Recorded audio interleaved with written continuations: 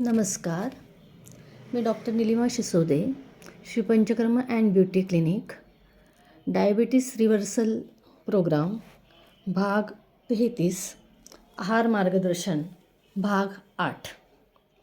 आता इथून पुढे आपण एक छोट्या छोट्या रेसिपीज बघणार आहोत, ज्या डायबिटीस रिव्हर्सलसाठी सुद्धा मदत करणार आहे, शरीर डिटॉक्स करण्यासाठी मदत करणार आहे आणि तसंच ते सगळ्यांनाच उपयोगी अशा पद्धतीने आहे.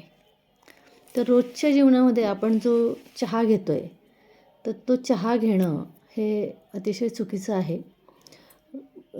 चहामध्ये आपण आणखीन दूध टाकून जो चहा पितो, तर ते तर अगदीच चुकीचं आहे. तर त्यामुळे होतं काय की तुम्ही चहा प्यायल्यामुळे आणि त्याच्यातल्या दुधामुळे त्यातले आणखीन शुगर वाढायला उलट त्रासदायक असा प्रकार आहे तो. तर त्यामुळे आपण आज अगदी छोटीशी रेसिपी बघणार आहोत. इथून पुढे सांगते. तर दिवसाची सुरुवात करताना आपण हर्बल टीने करायची आहे. कसा बनवायचा आहे हर्बल टी?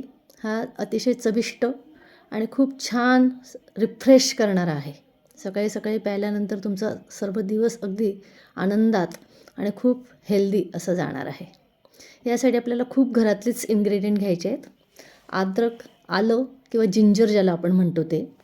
जिंजर हे अँटी इन्फ्लेमेटरी आहे, शरीरातली सूज कमी करणारं आहे, तुमचं पचन याच्याने सुधारणार आहे, तुमची ब्लड शुगर याच्याने कमी होणार आहे, नंतर कोलेस्ट्रॉल किंवा वजन वाढलेलं असेल तर ते पण कमी करायला याच्याने मदत होणार आहे. नंतर कुठलं काही वेदना असतील शरीरामध्ये, दुखणं असेल, मसल सोअरनेस असेल तर तो कमी होणार आहे आणि तुमची इम्युनिटी जी आहे ती बूस्ट व्हायला मदत होणार आहे. तसंच तुमची कार्डिओव्हॅस्क्युलर हेल्थसुद्धा याच्यामुळे सुधारणार आहे. त्याच्यानंतरचं आपलं द्रव्य आहे ते म्हणजे सिनेमन किंवा ज्याला आपण दालचिनी म्हणतो. तर दालचिनी ही सुद्धा उत्तम अँटीऑक्सिडंट आहे, अँटी इन्फ्लेमेटरी आहे, म्हणजे तुमची सूज कमी करणारी आहे, तुमच्या हृदयाचं संरक्षण करणारी आहे, कारण की कोलेस्ट्रॉल याच्याने कमी होणार आहे आणि मुख्य म्हणजे डायबिटीजच्या रुग्णांसाठी इन्सुलिन सेन्सिटिव्हिटी याच्याने वाढणार आहे, ज्यामुळे तुमची ब्लड शुगरसुद्धा कमी होणार आहे. त्याच्या पुढचं जे ड्रग आहे आपलं ते आहे पुदिना.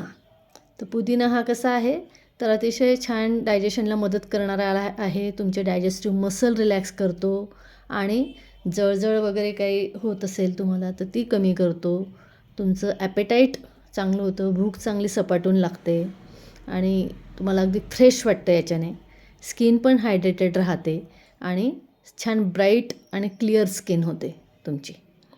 तसंच त्याच्यानंतरचं हर्बल टीमध्ये तुळशी अजून आता घालणार आहोत. तुळशी ही गवती चहा परसातली तुमच्या अगदी नेहमीच्या वापरातला आहे असा, पण तो अतिशय गुणकारी आहे.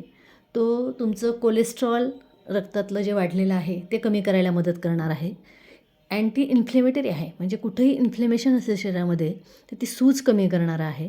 इव्हन तुमच्या दाढ वगैरे त्याला सूज असेल, जिंजिव्हायटिस असेल, ओरल थ्रश असेल तर तिथे पण ते उपयोगी आहे आणि उत्तम अँटीऑक्सिडंट आहे. तसंच आपण यात घालणार आहोत आणखीन तुळशी, जी आपल्या परसबागेतच आहे, तर ती आपण तुळशी घालणार आहे. ही अतिशय गुणकारी आहे, मुख्य म्हणजे स्ट्रेस मॅनेजमेंट करण्यासाठी ती खूप चांगली आहे, कारण की स्ट्रेसमुळे सुद्धा तुमची शुगर वाढते किंवा इतरही बरेच इन्फ्लेमेशन वाढतं शरीरातलं. तसंच ती इम्युनिटी बूस्ट करते, अँटीऑक्सिडंट आहे, त्याच्यामध्ये युजेनॉलसारखे घटक आहेत. तसंच व्हिटॅमिन ए आहे, व्हिटॅमिन सी आहे, जे तुमच्या प्राणवायू स्रोतासाला किंवा रेस्पिरेटरी सिस्टीमला, मेटॅबॉलिक हेल्थला मदत करतं आणि ओव्हरऑल तुमची हेल्थ जी आहे ती सुधारते. तसंच तुमचं रेस्पिरेटरी, मेटॅबॉलिक आणि ओव्हरऑल सगळे हेल्थ सुधारल्यामुळे तुमची ब्लड शुगर कमी होते, तुमचं डायजेशन इम्प्रूव्ह होतं आणि अशी ही तुळशीसुद्धा गुणकारी आहे. तर ह्या सगळ्या वनस्पती आपण एकत्र घेणार आहोत. पुदिनाची अगदी 4-5 पानं घेणार आहोत. नंतर लेमन ग्रास जे आहे ते पण 2 पानं फक्त घेणार आहोत.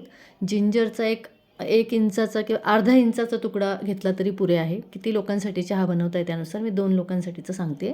आणि तुळशीची एक साधारणतः 5-6 पानं तुम्ही घेणार आहात.